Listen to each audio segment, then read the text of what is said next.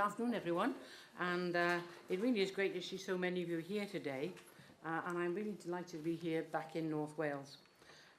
Please feel free to speak in Welsh or English, because Welsh and English are both official languages at the Assembly, and we have the world's best translator here today. I never she's a translator or interpreter, but she always makes all the members sound very clever, so I think she probably does a bit of interpreting as well as translating. Anyway, welcome to the Women in Public Life event, and this is the last in my series of events and activities that the host has been hosted by the Assembly through the week here in Wrexham. And I must say, it's been an amazing experience. The staff have had a fantastic time. We've been really busy for the last 2 days. In fact, I am exhausted, but seeing you all here has got me invigorated to move on. So the aim of this initiative has been to take the National Assembly for Wales on the road, relocating some of our important activities to the heart of Welsh communities to demonstrate how the Assembly works for the whole of Wales. Now, being in Wrexham this week has been a great opportunity to learn more about the people who make this town so special, to listen to people's concerns and to use the opportunity to showcase the different ways in which the public can get involved in the work of the Assembly to make a positive change. And if I hear any more about Wrexham, I'm going to Wembley tomorrow. Sunday. There we are, we won't even go there. But I would like to thank everyone for welcoming us to Wrexham.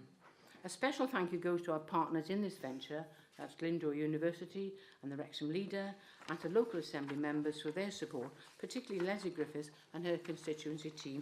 And I would like to say a special thank you to Leslie's colleagues who worked so hard. It's been really very much appreciated, so thank you very much indeed. So before we get the session underway, I would like to say a few words to put this event into context. Some of you might already be familiar with my Women in Public Life campaign that I started on International Women's Day 2012 with the aim of breaking down the barriers stopping women from applying for positions in public life in Wales. And by that I mean school governors, magistrates, health boards, national parks, you name it. Women, 50% of the population women, but you're almost invisible girls, so we need to change it. Now, I started by travelling to all corners of Wales, meeting women from all walks of life and hearing from them about the obstacles stopping them from taking the next significant step in their professional careers or applying for positions in public life. The seminars culminated in a national conference held in Cardiff in 2012, which is attended again by women from all over Wales. And at that conference, I was mandated with an ambitious but very exciting action plan, and I'm incredibly pleased with the results of the action plan so far. So although there's still there are a lot of work to be done, I've definitely seen a significant change since the beginning of this campaign. And the terms of the debate have changed. And I'm certainly coming across, that people are coming across as more confident, which is really very important. Because at the beginning, women were diffident, really almost afraid to speak. And now I see that confidence is really, they're beginning to fly. So following the conference, I introduced a series of lectures, which has featured leading female figures from various sectors. And the aim of those lectures is to provide strong female role models for other women, particularly in spheres that are traditionally dominated by men. So the next lecture in early July will feature the former Australian Prime Minister, Julia Gillard. So do keep an eye out for that. It'll be free, but tickets will be snapped up, but you're more than welcome to join us. So in partnership with Women Making a Difference, in October 2013, we launched a web portal which provides information to women about how to get involved in public office, the latest vacancies, training opportunities, and testimony from inspirational women who already succeeded in public life. And I suggest that if you haven't done so already, you should sign up today to receive our newsletter, which is really full of lots of exciting news. Members of staff, of course, will be available at the end of the session to help you. Now, in January last year, I launched a development scheme which aims to create opportunities for women to develop the skills and confidence to apply for positions in public life. The scheme, which is being delivered by Trafodaeth and Cardiff Business School on behalf of the Assembly, provides intense personal development and skills training, one-to-one mentoring support, and role shadowing opportunities at the highest levels in public bodies. Our 14 amazing mentees have certainly blossomed since they started this journey, and I'm incredibly pleased that one of them has recently been successful in applying for a public appointment, something she thought she would never ever do, and I'm sure others will follow. And before we break for lunch, I'm going to ask one of our mentors just to have a word with you about how successful the scheme has been. Now, at that conference, I was also mandated to write to party leaders in Wales to ask them what they're doing to address the drift in women's representation at the Assembly. Now, as you know, we had 50% representation at one time, the first governmental institution in the world. We've now slipped back to 42-43%. We're still 9th in the world, but we are slipping back. So I wrote to the party leaders, asked them what they were going to do, and I did receive very positive, warm words from each of the party leaders about what they were going to do in future. And then we had the Anglesey by-election. Not a woman in sight, not a woman in sight. So I again wrote to the party leaders, informing them that I was establishing a Women in Democracy caucus, and the remit of the caucus is very clear. It's to look at national and international best practice on gender representation in parliaments and to make recommendations to ensure that the Assembly's political parties do address this issue. I chair the caucus, and it's made up of women from each of the parties. We met regularly throughout 2014 and recently published a report including a number of key recommendations. The report is available to download from the Assembly website. Lots of interesting recommendations, but the one where people thought they might lose money, my goodness me, that was the one that really came to the fore, because we did suggest that the Welsh Government should consider, if they haven't got women on their board, any company over 250,000 grant, they shouldn't get it. Wow. I don't know whether it's going to make any difference, but it certainly goes through. I'd like now to introduce our esteemed panel, and I would like to thank them very much for standing up front. It's always difficult, and some of them had very short notice. But they're going to just tell you in a few minutes about their personal journey into public life and the challenges they had to face to get where they are today, and then we'll have a question and answer session. So I'd like to start with Leslie Griffiths, who is a local Assembly member, who I'm sure doesn't need any introductions. Leslie was elected to the National Assembly for Wales in May 2007 and served on several Assembly committees. Following re-election to the Assembly in May 2011, she was appointed Minister for Health and Social Services, and in March 2013 was appointed Minister for Local Government and Government Business. And in September 2014, she was appointed to a present position as Minister for Communities and Tackling Poverty. So I'd like to introduce Leslie, and then I would introduce you to our other panellists. Leslie. Good afternoon, Prynhawn Da. It's really good to see so many people here, so many women from right across Wrexham who I know and admire. So a bit about my journey. I'm going to go right back to when I was a student actually in this institution. It wasn't Glyndŵr University then, when I first sort of started to get interested in politics. And I did British Constitution at A-level. And I had a very inspirational tutor who, I never knew his politics, but I very quickly recognised what my politics were. Joined the Labour Party, but this tutor really sort of inspired my interest in politics. And about 10 years after I left, I found out he was trying to be a Conservative candidate. And I think it said a great deal about him, that I never knew what his politics were, but he inspired me in a way I'd never been inspired before. So joined the party, wasn't particularly active. And then when I was 30 years of age, I had my first daughter. I've got 2 daughters. And you suddenly realise that everything is about politics, whether what school they have, whether you have a doctor to go to, whether you have a street light outside your house. It's all about politics. So I started to get very, very involved when I had children. But still, if somebody had told me then that I would be in the position I am now, I just would have laughed. I always saw myself as a backroom person. But then eventually I became a school governor, became a community councillor.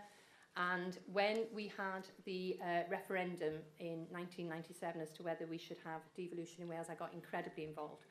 And somebody who helped me along the way was Julie Morgan, the wife of Rhodri Morgan, who is now an Assembly member. She was an MP at the time. And it was them that suggested that perhaps I put myself forward for the Assembly. So the first time I put myself forward was back in 2003. And I decided, I always wanted to represent Wrexham, been here all my life and really wanted to represent Wrexham. But I decided I'd have a little run just over the border in Flintshire. So what we do in the Labour Party, you have a meet the members where you go round, and we call it a cocktail party without the cocktails, because it's not very, very nice. Anyway, the first person I went up to, I was quite nervous, was a gentleman who looked me up and down and said, "Oh, so you're Leslie Griffiths, you're a woman?" And I went, "Yes, I am." You know. And then I thought, well, we'll be kind to him, because Leslie Griffiths could be a man. Now, if he'd have stopped there, it would have been okay. But the next thing he said to me was, does your husband know you're here? So people who know me know I'm not speechless very often, but I was speechless. And when I'm regaling friends with the story after, they said, you should have said, yes, I do. And I've got a note of him in my handbag. But I didn't. I just ploughed on. And to be honest, I was quite shocked because in Wrexham, we always said we should have male quotas. We were a very female-orientated party. So I was quite shocked. I'd never come across this before. And I have to say, I think I have been incredibly lucky that I haven't been treated differently because I've been female. So I was, as Rosemary said, elected in 2007. Huge privilege to represent the constituency. It's a fantastic constituency. And I've been very fortunate now to have been a member of the Welsh Government for 6 years. In my current position as Minister for Communities and Tackling Poverty, I'm also responsible for equality. So I work very closely with Rosemary. And one of the things I have, and most of my ministerial colleagues have got now, any board we have has to be gender balanced. So I'm just setting up a new board. It's going to be what I call my Tackling Poverty Practitioner Board. So it's people out there working in the communities around tackling poverty to advise me. Gender balance, at least gender balance straight away, but not just gender balance, also diversity, making sure we've got people from ethnic minorities that don't want to come forward. Another thing we've got as Welsh Government is something called All Aboard, and it's about recognising that you are the person that needs to be on that public body. Because if somebody had said to me 20 years ago, you should go on a public body, I would have said, but I can't do that. But I was a community activist. I was a school governor. I'd sat on a PTA. So it's about helping women particularly recognise that they can transfer the skills they have as a parent, as a school governor, as an activist in their community, into public body. So it's really important that people like myself and the people who are on the panel with me, that we talk to women and we make sure that they understand that they can absolutely do this. And somebody paid me, I thought it was a really nice compliment last night at the reception that Rosemary hosted, and they said to me, you should write a book about your story because you're not the usual suspect, the way you got into politics. I didn't go to university. Most of my Assembly member colleagues did. And just because I didn't go to university, I've still got the skills I thought would be there to represent people. So that's just very quickly a bit about my journey, and I look forward to hearing everybody else's. Thank you very much. I now have a great pleasure in introducing Sian Gwenllian, somebody I've never met, and I have no idea why I've never met this woman, I tell you, because she held top positions in Gwynedd Council, including Deputy Leader, Cabinet Member of Education, Lead Member for Children and Young People, and the Finance Portfolio. So she's been a community councillor and a school governor for over 20 years, and is actively involved in several local initiatives. And over the years, Sian has campaigned for the Welsh language, women's rights, independence of Wales, and fairness and social justice. Why I've never met her, I do not know. Sian, I'm delighted. Thank you so much. If you'd like to come and tell us, I think you're going to siarad Cymraeg? Yeah. Wel, bore da, neu mae'n bnawn erbyn hyn, mae'n siŵr pnawn da i chi gyd. Da chi gyd yn nghlywed i dwi'n mynd i siarad yn Gymraeg gan fwyaf, gan ddiolch i'r cyfieithydd am yn helpu fi efo hynny. Yn 1977, ges i yn ethol fel dirprwy lywydd i'r myfyrwyr Aberystwyth. O'n i'n aelod o Blaid Cymru ac mi o'n i yn fyfyriwr yn y coleg yn fanno. Ac yn syth, nes i ddod i sylweddoli bod gynnon ni broblem yng Nghymru. O'n i'n ffendio'n hun yn aml iawn yr unig ddynas mewn cyfarfodydd yn ymwneud efo'r brifysgol. Oedd cyngor prifysgol Aberystwyth, dynion mewn siwtia, ac o'n i yna. Dwi'n cofio hyd heddiw geiriau yr is-ganghellor neu'r prifathro ar y pryd, Sir Gronwy Daniel, yn agor y cyfarfodydd. Gentlemen, and Miss Gwenllian. Dyna o'n i yn gael gyda fo bob tro. Ac o'n i'n dod yn syth yn ymwybodol bod yna broblem. O'n i yn teimlo bod fi ddim yn rhan o'r clwb oedd yn mynd ymlaen. O'n i'n cael fy mychanu chydig bach. O'n i dipyn bach o novelty, ac oedden nhw i gyd yn rhyw sbio reit rhyfedd anna fi pwy oedd y ddynas ifanc yma oedd yn meiddio dod i dorri a tarfu ar yn clwb bach ni. Mi ges i gyfnod wedyn, lle do'n i ddim yn y byd gwleidyddol, mi eis i yn newyddiadurwr, ac mi fes i'n newyddiadurwr, ac mi dwi dal yn newyddiadurwr am gyfnod hir. Ac mi oedd pethau yn wahanol yn fanna, dwi'n falch o ddeud, do'n i ddim yn teimlo yr un broblem. Wedyn ges i blant, ac mi nath pethau fynd yn anodd o ran cael parhau efo fy ngyrfa. Ges i ddim un plentyn, ond ges i 4 o blant. Felly mi oedd hi reit anodd ar adegau yn trio jyglo gwaith a gyrfa, ond mi o'n i'n lwcus, mi oedd yng ngŵr i mewn swydd, ac o'n i'n gallu yn ariannol, oeddan ni fel teulu, o'n i'n gallu camu nôl chydig bach allan o'r byd gwaith a canolbwyntio ar fagu 4 o blant a bwydo nhw o'r fron ac yn y blaen, a dwi'n meddwl bod ni'n bwysig i ni fod yn clodfori hynny hefyd, felly bod merched isio cael y cyfnod yna, rhai merched isio cael y cyfnod yna efo'u plant, a dyla hynna ddim bod yn rwystyr unwaith maen nhw'n barod i fynd yn ôl i'r byd gwaith. Wedyn nath pethau newid yn llwyr. Yn 1997 gath yng ngŵr y newyddion trist bod o'n diodda o ganser, a canser nad oedd dim gwella i fod arno fo. Ac buodd o farw yn 1999. Erbyn hyn, o'n i'n gweithio mewn llywodraeth leol, ac trwy'r cyfnod yna, pan oedd o'n sal, a'r cyfnod ar ôl hynny, mi nes i gario ymlaen i weithio. Oedd y gwaith yn bwysig i mi yn y cyfnod yna, oedd o'n rhaid rhywbeth arall i rywun fod yn canolbwyntio arno fo yn ystod y cyfnod hynod o drist yna, felly. Mi o'n i'n riant sengl, felly. Cyfnod ofnadwy o anodd, yn emosiynol, yn ariannol, ac mae o 'di wneud i fi fod y person ydw i heddiw, dwi'n credu hefyd. Yn 2002, mi nath Dafydd Wigli roi cnoc ar y drws. Oedd hi'n gyfnod chwilio am ymgeiswyr ar gyfer etholiad y cynulliad, ac mi o'n i dal yn weithgar efo'r blaid, efo Plaid Cymru hyd yr cyfnod yna felly. Ac dyma Dafydd Wigli'n gofyn, wneud i sefyll i ni, elli di roi enw ymlaen i fod yn ymgeisydd Plaid Cymru ar gyfer yr etholiad. Ac o'n i wir isio mynd amdani. O'n i wir isio mynd amdani, achos ar cyfnod cynnar yn y coleg oedd gwleidyddiaeth yn yng ngwaed i. Ond oedd o jyst yn amhosib. Oedd o'n amhosib. Oedd gennau 4 blant bach i edrych ar eu hola nhw.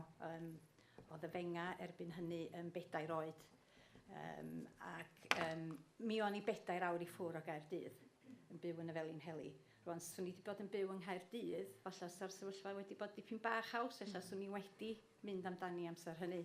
Ond oedd o'n double whammy doedd. O'n i'n riant sengl, 4 o blant, ac o'n i'n byw yn bell i fyny yng Ngogledd Cymru. Felly doedd o ddim yn mynd i fod yn bosib, a dyna fo, dyna fi. Mi nes i gymryd cyfle wedyn i fynd ar y cyngor sir yn 2008, felly ges i'n ethol yn cynghorydd sir yn 2008. Yn 2010 ges i fynd ar fwrdd y cyngor, 2012 ges i'n ethol ddirprwy arweinydd y cyngor ac yn dal swyddi eraill ar y cabinet. A dyma fi nôl wedyn. O'n i ar y cabinet, 1 dynas 9 o ddynion. O'n i nôl yn y 70au yn dyddiau Aberystwyth, ac eto o'n i'n teimlo bod fi ddim yn rhan o'r clwb. Oedd y diwylliant yn wahanol. O'n i ddim yn teimlo bod fi'n perthyn i fanna. Erbyn hyn, dwi falch o ddeud, mae yna 2 o ferched ar y cabinet yn Cyngor Gwynedd. Fi'n digon, dwi'n gwybod, ond mae pethau yn dechrau newid. Yn ddiweddar, dwi wedi cael fy newis fel yr darpar ymgeisydd ar gyfer sedd Arfon, ar gyfer etholiad blwyddyn nesaf. Mae Alun Ffred, yr aelod presennol, yn sefyll i lawr, yn ymddeol, a dwi wedi cael fy newis i walynu fo, a sef dwi'n mawr obeithio y byddai'n ymuno a chi yn y cynulliad a dod â dynas arall am y tro cyntaf o Arfon i'r cynulliad. A dwi'n gobeithio byddai'n dod a profiadau y mywyd i efo fi hefyd, y byddai'n gallu bod yn lais i ferched sengl, i bobl sydd wedi gwynebu anawstera yn eu bywydau wrth geisio symud ymlaen. A mae hwnna yn fy ngyrru fi. Mae hynny ag fy nghariad i tuag at yng ngwlad, ac yr awydd i weld y wlad yma yn sefyll ar ei thraed ei hun, ac yn wlad sydd yn ffyniannus, ac yn wlad sydd yn wirioneddol gyfartal, ddim yn union o ran dynion y merched, ond yn gyfartal o ran ffordd mae gymdeithas yn trefnu ei hun. Felly, dwi'n mawr obeithio y gwelech chi flwyddyn nesaf. Well, diolch yn fawr, Sian, and I think that's a case of when the going gets tough, the tough get going, isn't it? So, yes, well, thank you very much indeed. And now, you have information in your pack when it says here that Councillor Hilary Isherwood will be joining us because her biography is in the pack. Unfortunately, there's a mix-up over the dates, so Hilary's not here. And she does send us sincere apologies, but I'm delighted that Julie Fallon has agreed to step in at the last moment and tell us of her experience. Now, Julie is from Colney Council, and her background is mainly in recruitment and human resources, which is really an interesting perspective to bring to the council. She's been a town councillor since 2010 and a county councillor since 2012, and I'm sure it won't be long before she's leader of the council, so I'm delighted to introduce Julie Fallon. Julie. Well, hello everyone. Yes, I only found out yesterday that I was actually going to come forward to do this, so I apologise if I don't seem quite as organised perhaps as I should be. Knowing I was coming made me think about really why and how I got to where I am as a councillor. And I think it's something that probably for some of us is always in us to want to get involved in a community and help out in some way. And I'm an identical twin, and I think when I was younger I struggled to have my own identity because people would refer to us as the twins and the girls, and rarely would we actually be called by our names even, or often I'd be called by the wrong name. So I think I began to realise actually our own identity is important and for people to pay attention and take notice of you. And then the other thing I had is that our older sister is Down syndrome. So I grew up seeing discrimination and feeling as though people that didn't have the voice to speak for themselves sometimes weren't represented in the way that they should be. So I began volunteering when I was younger, mainly working with people with special needs. And then I joined the Red Cross. I was with the Red Cross for 9 years, which I loved. And my dad's best friend was a county councillor and at one point was the leader of the council. And I never for 1 minute thought that that was an avenue I could go along, because I would see him with all his friends and he was with the Masons and it was very much a male-dominated world. And yeah, I didn't see it as something necessarily that would be something that I would do. But as I got older and in fact, very similar to as Leslie said, once you have children, I have 3 children, you begin to think, well, actually, that's not right, or that shouldn't be happening this way or that way. And that's when I began. I mean, I've always had an interest in politics as well. And I've always followed it, and not specifically even with a party originally. I would go for the person and look at who is going to represent me in the best way.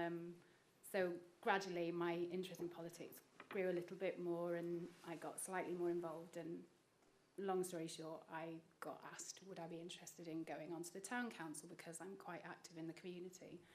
And I thought, okay, that's something that I could do. It was only once a fortnight, and it's a good way to get into helping out in the community. It gives you the tools to do some things that perhaps you haven't been able to do for yourself. So I went along to the town council, started to make a bit of a difference, and then started thinking, oh, maybe the county is an opportunity for me. Maybe it isn't just about men. Maybe women can put themselves forward. So I looked into it, and I began to get to know people involved, and I thought, okay, yeah, this is something that I can look at. So I put myself forward. I was the only female candidate against 4 men. And even just at that early point, standing out knocking doors or on election day, I felt very much as though I was brushed aside, that I wasn't particularly relevant, that they thought, oh, yes, she won't get anywhere. She's the woman, she's all sorts of different things. I mean, actually, during the campaign, there was a not very nice blog that was quite popular in North Wales, or certainly in our area over in Conway. And the comments that were on there, things like that there was nothing going on upstairs, I was just makeup, or my children would have to make an appointment to see me if I was elected. And yet there were none of these comments being made about the 4 male candidates. And at that point I thought, gosh, I've been quite fortunate in my work life. I've never really experienced discrimination, and it started then, and I thought, this seems so unfair and so unjust.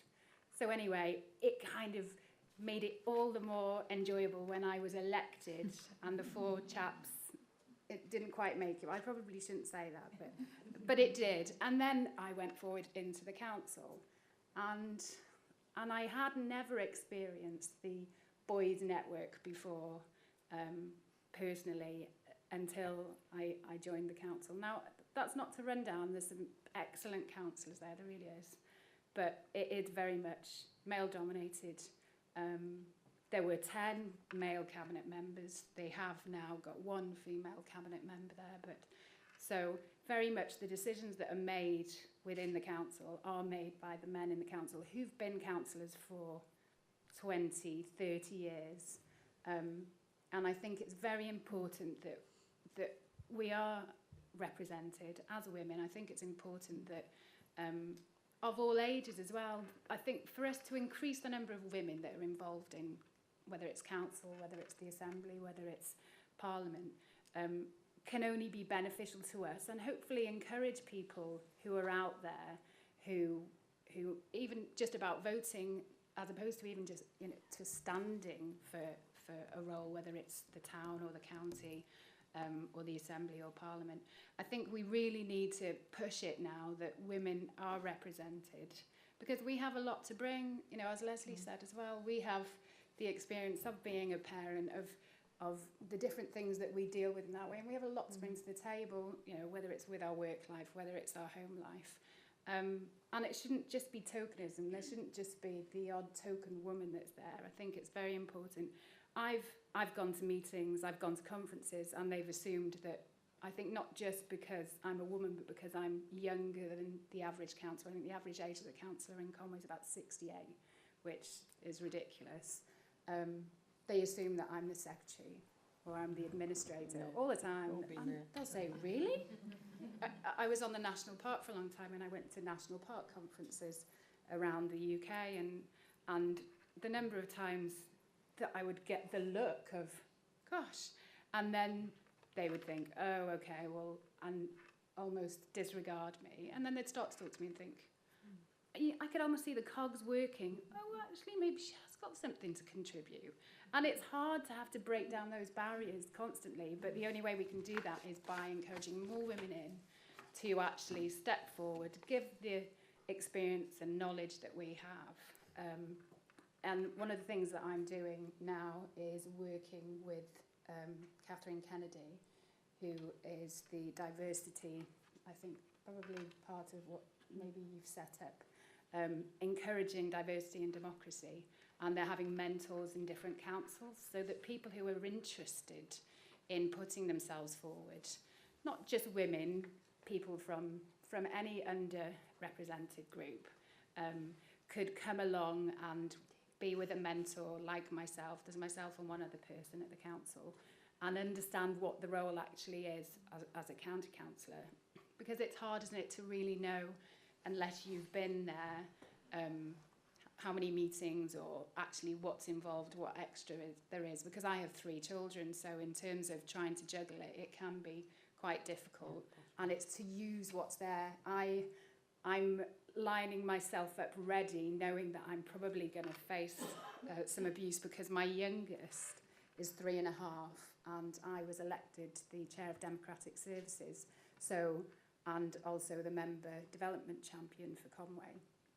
And when that happened, the number of hours that I was working in a week increased massively, so I couldn't continue to put on family members to watch my youngest.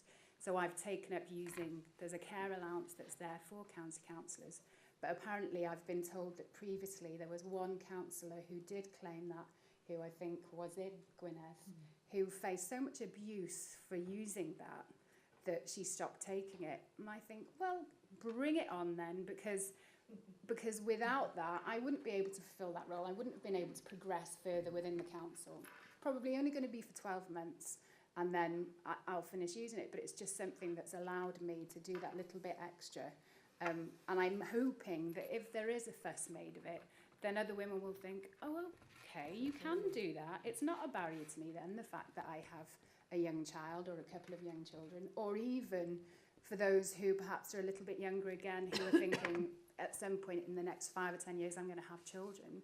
Well, there is a support there that can help you to do that. So you can still, whether it's county or whether it's then you want to progress further into the Assembly or Parliament, there's something there to support us to do it. And I think we need to start knocking down these barriers and making women realise that actually if you're proactive and you like to get involved in the community and you want your voice to be heard or you want to influence something that's happening, then there shouldn't be any barriers that are there for us, and that we should all, put ourselves forward and hopefully make a difference.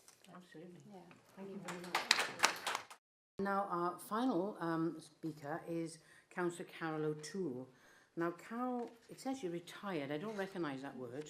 Redirected, reconstituted, everything, but not retired. But she's a former social worker and has been involved in the charity and voluntary sector for over 40 years. In June 2014, Carol was awarded the MBE for services to education and to the community in North Wales. Now, elected to Wrexham County Borough Council in May 2008, she has successfully defended her seat in 2012. And Carol is also a long-standing member of Acton Community Council in Wrexham. So, Carol? Pnawn da pawb. I feel I've got to speak some Welsh because I'm learning Welsh and one of my tutors is sitting over there. Oh, well, you better put it in. Thank you very much for that introduction, and thank you very much for asking me to sit on this panel. My story is perhaps slightly different from the three we've listened to thus far, because although I am here speaking to you this afternoon, I suppose in a political capacity because I'm a councillor, I have actually spent more time probably in public life not wearing my political hat, because as my CV suggests, I also spent a lot of time in other areas of public life, most notably governance, FE governance, and also in the charitable and the voluntary sector. So perhaps a slightly different journey to where I am today. In the brief that we were given for this talk, we were asked to do two things really. One was to say what's brought us to the position we're at today, and to look at barriers we may have encountered along the way. So in attempting to do those two things, I've changed the words barriers to challenges, because like Leslie has said, if I'm honest, I haven't met too many barriers along the way. But I will mention what I've determined as 4 challenges, which I hope will be interwoven in what I'm about to say. And then maybe we can look at them further in the question and answer sessions. They have all been touched on in the 3 speakers that we've already heard. And the 4 are issues around finance, childcare and the work-life balance, what I call geopolitics, and the issue which Rosemary touched on, which was one of confidence and attitude. So I'm hoping that those 4 themes will be interwoven into what I'm about to say. And one of the other theme that I want to bring in, and this again will be woven into what I'm about to say, is these are some of the issues which I think we all need to look at as women, contemplating either going into public life or surviving in it. And they are, I think, very early on, you've got to determine what can work for you. I think you've got to determine whether how you spend your time has to be remunerative or not. In other words, has it got to provide you with your wherewithal of keeping going and paying the mortgage? do you want your public role to be commensurate with your work role? Do you want to have two separate roles there? And is it possible to have this public and private role? Can you work in the private sector and be an employee and commit to a very active public role? I think these are all quite important things to look at. But to talk very briefly about my journey, I think I was very privileged and lucky in that I never had any notion that the fact that I was a woman could prevent me from doing anything. I picked up that very strongly from my own mother and from the education that I received. I also, at about, in my late teens, early 20s, I'd identified that I wanted to go into public service. I felt that public life and to give time to that was crucially important in terms of moving society forward. And I don't quite know where that came from, but I had a very strong sense of that, really, before I'd left school. And I come to the conclusion, because we were asked to say, why do we do what we do? And I think maybe it just is in your DNA. I can't actually really determine any other reason for it, perhaps from subliminal early influences. Also, the school I went to, we were encouraged to do a lot of charity and voluntary work. From being about 16, that may have been unusual. So I saw the impact that poverty and inequality had on people living in my, where I was brought up, South Wales, very early on. And I can remember thinking, well, this isn't right. How do we rectify this? In my 20s, I gave most of my 20s to Amnesty International. Did a lot of work, unpaid work with Amnesty International. I went into local schools as a volunteer because I was also working as a careers officer at this stage. Gave a lot of time to going into schools and realised then the hugely important role education and communication had to play in letting people know what was going on. I was also very active in the WEA, the Workers' Educational Association.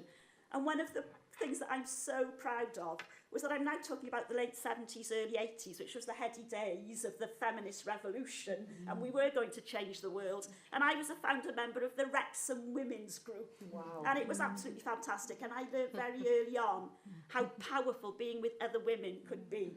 And sometimes if we feel we haven't moved on, so I was telling this story about the Wrexham Women's Group to some very young women quite recently. And they said, well, what did you achieve? And I told them one of the things we achieved, and that was that when we received our minutes and our calling notice, it didn't say at the bottom, chairman, it said chair. And we fought for that long and hard, and it seems so incidental now, but it was a huge achievement. So we have moved on. And when I was telling a very young group of women this story, they just thought, wow, was that the only achievement? But it was huge. It was huge. So that when you see now on your calling notice and your minutes, dear chair, remember that there were women up and down the country who fought for that change. Also then, I went to a lot of conferences. I started to learn about committee procedure and conferences, and that's important. In public life, the sooner you grasp, yes, all about committee chairs and the roles and amendments, the better you'll be. That does give you confidence. And I was lucky there that the WEA and Amnesty paid for me to go. And this is a big issue, because if you haven't got the money to pay to get to these things, that can be a big issue. I know I've got to move on quickly. Work-life balance and childcare issues, which everyone's talked about, that again is absolutely crucial. And I think if there is a barrier, that can be the barrier. But this is where I think it's important that you have to early on determine what can work for you. And you have got to manage that. It's not impossible, but you've got to manage it. And this links into the geopolitic issue that I mentioned, that if realistically you're not going to be able to get up and down to Cardiff and London to attend things, well, stay local. There are lots of opportunities to stay local, both politically and in other public roles like governance. For 24 years I was on the governing body of Yale College, and that was local. I also went to Cardiff and London as a result of that involvement.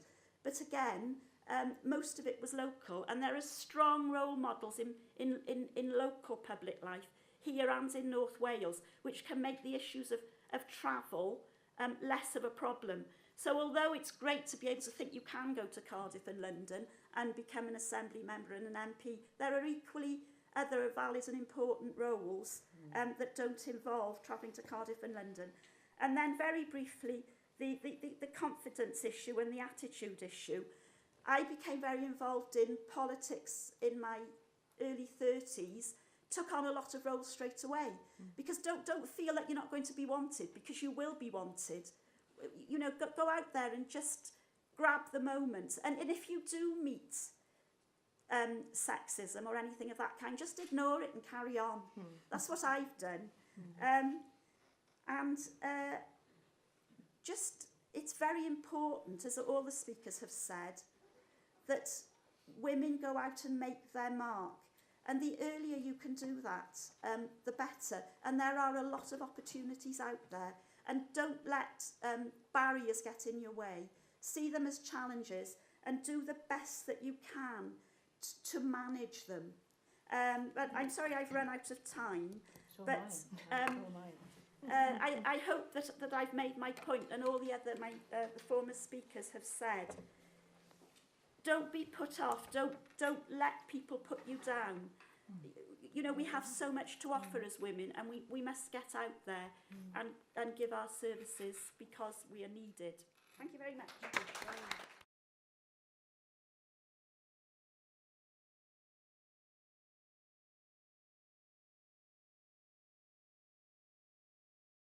One of the very first things I did was interview for a head teacher. Well, I've never interviewed. I've never done anything like that, to be completely out of my comfort zone. But, you know, to switch now to where I am now. And I remember when I was health minister, I don't know if you remember, there was an issue around PIP implants, breast implants, that there was an issue, yeah. And I had to make a decision as to whether women who had had them done privately or just women on the NHS would be entitled to NHS treatment. And the same decision was being taken by the male health minister in the UK government.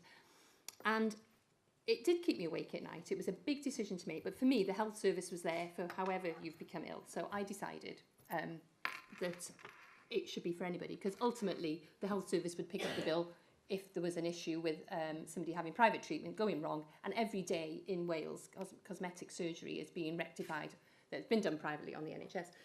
So I had to be very sure of that decision, and I was very sure, and I got a huge amount of criticism from the UK government, to the point where they wrote me a letter saying that they thought the decision was wrong, and I'd only taken it because I was female. And I wrote a letter back with one line. It just said it's called devolution, ! Because that was the issue. But it made me realise that my decision making had to be absolutely spot on, and I had to be able to, you know, justify my decisions.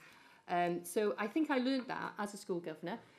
My very first week as a school governor, I had to appoint a head, you know, a part of a panel, obviously appointing a head teacher. So I think that's the one thing it taught me, was decision making had to be, you know, spot on and very decisive. Sian, do you want to comment on that? Yeah. Dwi'n meddwl bod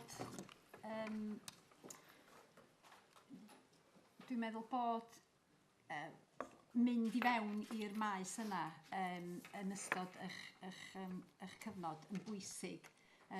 Achos mae'n rhywbeth mae rhywun yn gallu mynd I fewn I fod yn lywodraethwr ysgol, neu rhedeg y cylch meithrin, neu gwneud y math yna o weithgaredd ar lefel cymunedol. Mae'n rhywbeth da ni'n gallu gwneud pan mae gynnon ni blant bach ac yn y blaen felly. A mae'n ffordd dda iawn o gychwyn yn ôl I fewn, os liciwch chi, I wleidyddiaeth. Nes I ffeindio bod yn gadeirydd y cyngor cymuned yn ffordd dda iawn o symud pethau ymlaen. Pan ma'n ni ar y cyngor cymuned I ddechrau, dwi'n meddwl na rhyw 3 ohono ni oedd yn ferched a dynion oedd y gweddill. Erbyn I fi orffan yng nghyfnod, mi oedd hi'n hanner a hanner. Mi o'n I wedi gallu annog merched eraill I ddod yn rhan o'r cyngor ac I gymryd cyfrifoldeb. Felly dwi'n meddwl bod gweithio ar y lefel yna, da chi'n gallu bod yn role model, ond da chi hefyd yn gallu dysgu gymaint o sgiliau sydd yn mynd I fod yn bwysig I chi os ydych chi eisiau symud ymlaen. Sgiliau wrth gadeirio, wrth geisio cael pawb I symud efo'i gilydd, sydd I ddelio efo pobl oedd yn bod yn anodd. Bob math o sgiliau eitha sylfaenol, da chi'n medru dysgu nhw yn eich cymuned eich hun, yn arwain prosiecta neu bod yn rhan o brosiecta, gweithio mewn tîm, yr holl agweddau yna. Mae yr un peth ydi o mewn ffordd yn y gymuned ac ydi o wedyn i symud i fyny. Mae o'n ffordd dda iawn i ferched fod yn rhan o bethau ac o feithrin sgiliau ar gyfer bod yn y byd gwleidyddol. Julie, do you want to make a comment? Thank you. I love my role as a school governor. I'm a governor at high school, and there's all different parts to it. I think because my background is recruitment, then I am used to hire new teachers, which is a real honour for me. And it's exciting, and it's just fortunate the school that I'm a governor at, which I was placed by the LEA, my eldest daughter goes to, and my next two will go as well, although we've got large gaps between them, so I'll be there probably for about 20 years or more. So ask me in 20 years, I might have a different opinion. But yeah, it's a real honour, and one of the things that I do there is I sit on the disciplinary group. There's 4 of us as governors that sit on the disciplinary group, and one of the things we do is that children whose attendance perhaps has fallen below a certain level, or it may be behaviour related, get called into this, often with a parent or with both parents, if there are 2 parents, and they come in and we're kind of honest with them, and we talk to them about why they're not coming along and what issues they have, and really try and encourage them and hopefully inspire them to do better and to realise actually they're the only people that are losing out by not doing well. And then they're invited back the following one, and then sometimes a couple of months later for an update. And it's so rewarding when actually they do progress and do better and attend better, and you build a relationship with the parents, and it's great. And it also opens my eyes when I'm making decisions elsewhere, perhaps on different things, to be inclusive and to think of those individual kids who perhaps haven't got what some of the other children at the school have. And yeah, and it's a real honour, and it's lovely when you see them progress then through the school and get their GCSEs and do really well, when at one point it's borderline as to whether they were even going to stay at the school. So there's real reward by getting involved in some of these places, and a school governor role, whether it's primary or secondary, is, I would recommend anybody to do it. It's a real honour and privilege. Carol, any comment? Thank you. Well, endorse everything that's been said, but I think in terms of where you want to aim for, if you do decide to embark on a role in public life, I do feel that if you join a governing body, it can give you invaluable experience, which you can then take with you. I mean, it may be that you stay on that governing body and you become the chair, which is in itself, you know, a hugely responsible role now, especially at some of our schools and colleges are very big. So in terms of what you get from it, and is it a good step to take in terms of gaining experience, there's absolutely no question of that.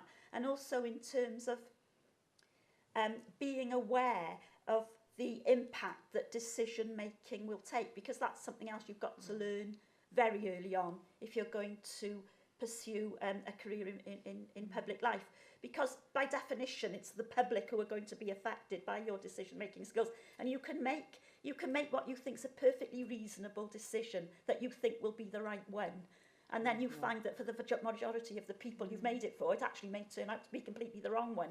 So in terms of the skills that you learn very quickly once you join a governing body and the experience it gives you, invaluable really. And also, I come back to this time and time again, but so many roles in public life do involve understanding committee procedure, and again a governing body gives you a lot of that. You mentioned also, our questioner also mentioned trusteeship. I'm a trustee of a local charity, and again an awful lot to learn, and the training that you have before you become a trustee, invaluable. So I guess the message here is all these avenues give you experience, and they offer you training, and you know, take it. And again, coming back to the financial issues, that's often paid for. Yeah, I think it's important. It's a very good question, but you may have heard me say this before, some of you, but women think they can't do it, and I say, well, if you can get up in the morning, get the kids out of bed, get the old man off to school, get yourself to work, go shopping, have some money left at the end of the week, you've actually all the skills you need.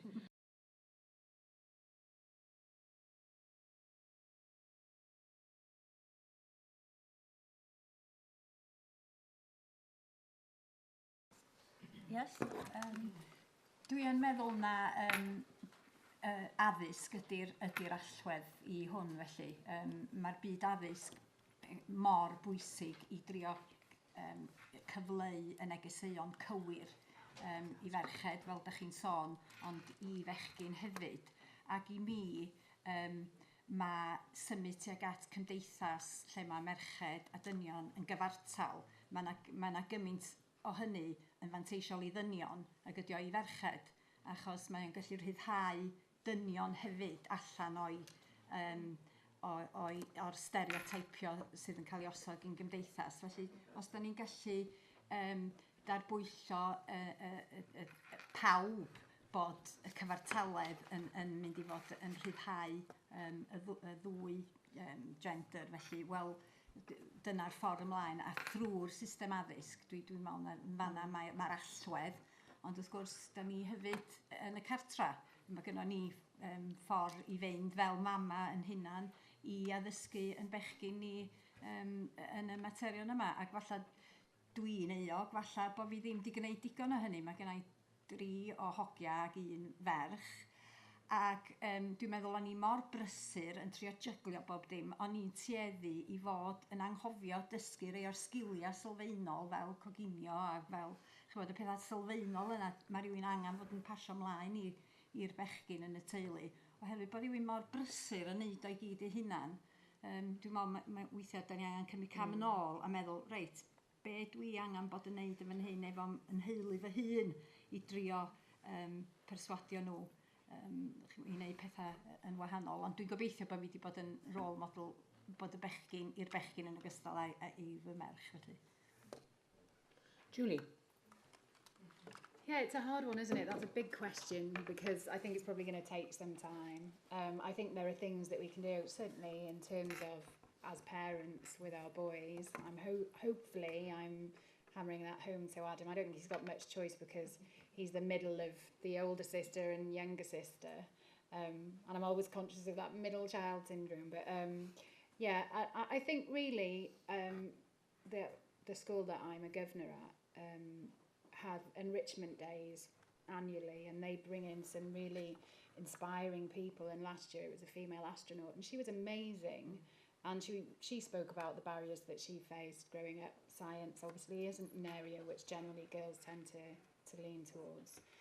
So I think days like that can help, and seeing that actually it's not your stereotypical chap that's, you know, Oxford educated, whatever, boys club, boys network, that actually strong women have a real role to play, and hopefully things like that can encourage boys to not just automatically think, but I think it's going to take a long time, and I think things like this are going to start to help, and by seeing more women in council, in parliament, in the assembly, and realising that actually there isn't an issue there is the only way in the future that boys won't see that there is an issue. Carol? Thank you, Chair. Part of me feels sad that this question is still being asked. As I mentioned earlier, I was fighting a lot of these battles in the 70s. In the 70s, I was a careers officer, and I remember it now. Above my desk behind me was a poster of an 18-year-old female, very obviously working in a science lab, and the question then was, how do we get more women into science? And that was 1977, and here we are addressing the same issues. And I suppose, as Julie said, that it seems to be sometimes almost insurmountable, but we've got to keep working away. And I have 3 answers which have already been referred to. When is role models? This is down to us. It's down to you. I've not got a grandson, but hopefully when I brought up my son and daughter, I provided a role model which gave them a way of looking at how women operated, both of them equally. I think it's role model and education, and I think that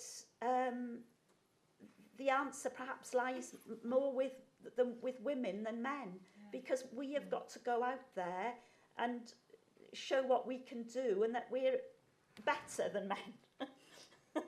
And maybe when we really have got that message through, this question won't need to be asked. Leslie.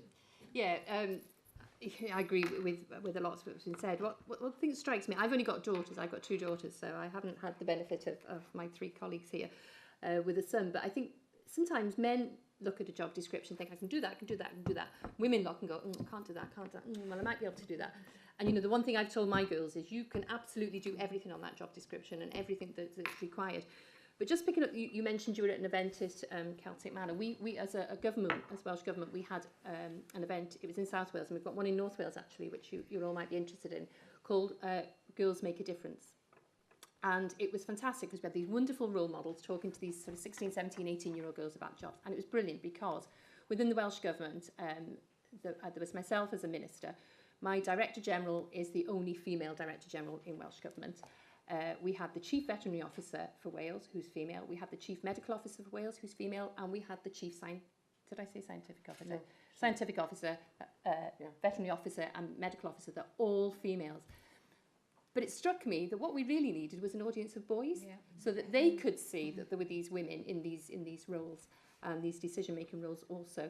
So I think, again, it is down to role models, but it's also down to education, and it's part of, obviously, government is education. And certainly I've had the conversation with the Minister for Education to say the event that we had for women, we probably need to have for young men so that they realise. And it does go back to education, and it's things like healthy relationships. It's really important that issues around that are taught to boys so that they can understand that you know, they have a huge role to play in society, and not just in relation to jobs, but also to the way that they choose to live their lives. I know there are lots of other questions, but I'm going to ask you to keep them to ask our panellists individually when we have our sort of session later on.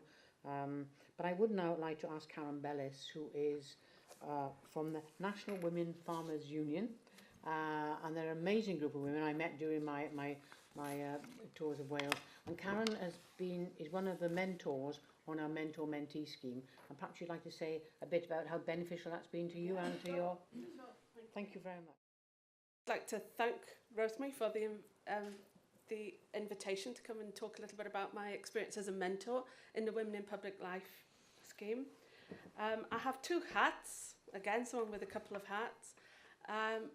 My private life is on the farm and very passionate about a group of women who form the Women's Food and Farming Union. And we have a very strong branch here in North East Wales. But the part of me that pays the bills is working with an international oil company outside of the UK, so anywhere where there's oil outside of the UK, working on social investment. And that's helped me see that I was encouraging women in other parts of the world to build on the proactiveness that they had that I didn't see at home. And that actually encouraged me to get involved locally in public life, and also encouraged me very strongly to support what's happening here in Wales. Because believe me, lots of good words about encouraging more women into public life, but here in Wales we actually have some concrete measures. And I have a mentee. I was really proud. We're a team, mentor and mentee. So we have regular meetings, and usually they're by Skype because of the geography, but we can do that. We stay in touch. And I've seen my mentee really, really great to see that on the International Women's Day, she actually gave a talk in Newport on her experience of coming through the programme and looking at some of the issues that she has as well. She's a farmer's wife, but also works in the university. And we were talking about how she gets her team behind her. Because one of the things that has come around this morning is it's not easy to be in public life. You have to want it, you have to plan for it, and there is a time commitment. So you have to get everything sorted. You need your team behind you, and for her team is her family. And it involved making sure that her husband doesn't need to give her permission. We don't need permission to do this, but that he supported her. And there are young kids, and that he is supporting, and he is absolutely accepting that he has a role to do to enable her to reach her, to do what she wants to do. And also coming back to this not be, oh, I'm looking at this as a woman and thinking, I can't do this, I can't do that. You can do everything. I was at a Chwarae Teg event yesterday, and it was really interesting to see about the pie chart. Performance, image, and exposure. And if there's one thing that I would say that is really powerful, it's looking at the, if everyone was to do a pie chart of themselves and look how much performance you think will be needed to be in public life, how much image and how much exposure, believe me, for female pie charts are very different to male pie charts. Male pie charts, they only need 10% performance and the rest is exposure and impact. Here, an image. Here, this is all part of exposure. It's all part of being here, being seen, getting yourself out there. So look at yourself like a business. Make a business plan. Make a marketing plan for yourself in your head. Say, right, I've got to sell myself to be on this public body. I have got so many skills because I'm a woman, I'm a mother, I manage a home, I've done really well in my work. Sell it, and you have to sell. And I know it sounds like we're being big-headed, but just we have to forget that. Leave it behind us and think of that pie chart. Think of the performance, because we've all got it. Think of the image. Be authentic. You need to, we need this, it's what we portray, that's part of us. And look at the exposure. That's really getting ourselves out of our comfort zone and putting ourselves out there.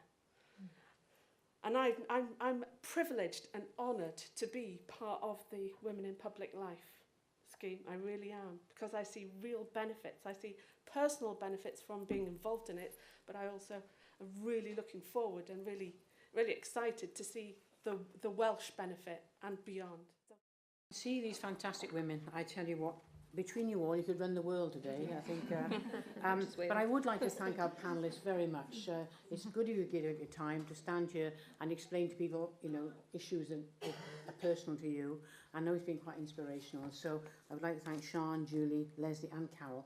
Thank you very much. I'd also like to thank Karen because she's really taken on board this idea of trying to get more women into public life. And you see, she's quite a world shaker herself. And to actually give up her time is amazing. But what I want you all to do today is think about being a mentor. And what is a mentor? Well, a mentor is somebody that you can talk to who actually believes more in yourself than you do. And it's trying to get younger women or older women, but women who want to move on and change the way that they work or get better opportunities. I never had a mentor until about 18 months ago. I wish I'd had one 20 years ago, because it really is excellent. So I do encourage you, look around your organisations to see how you can actually help other women.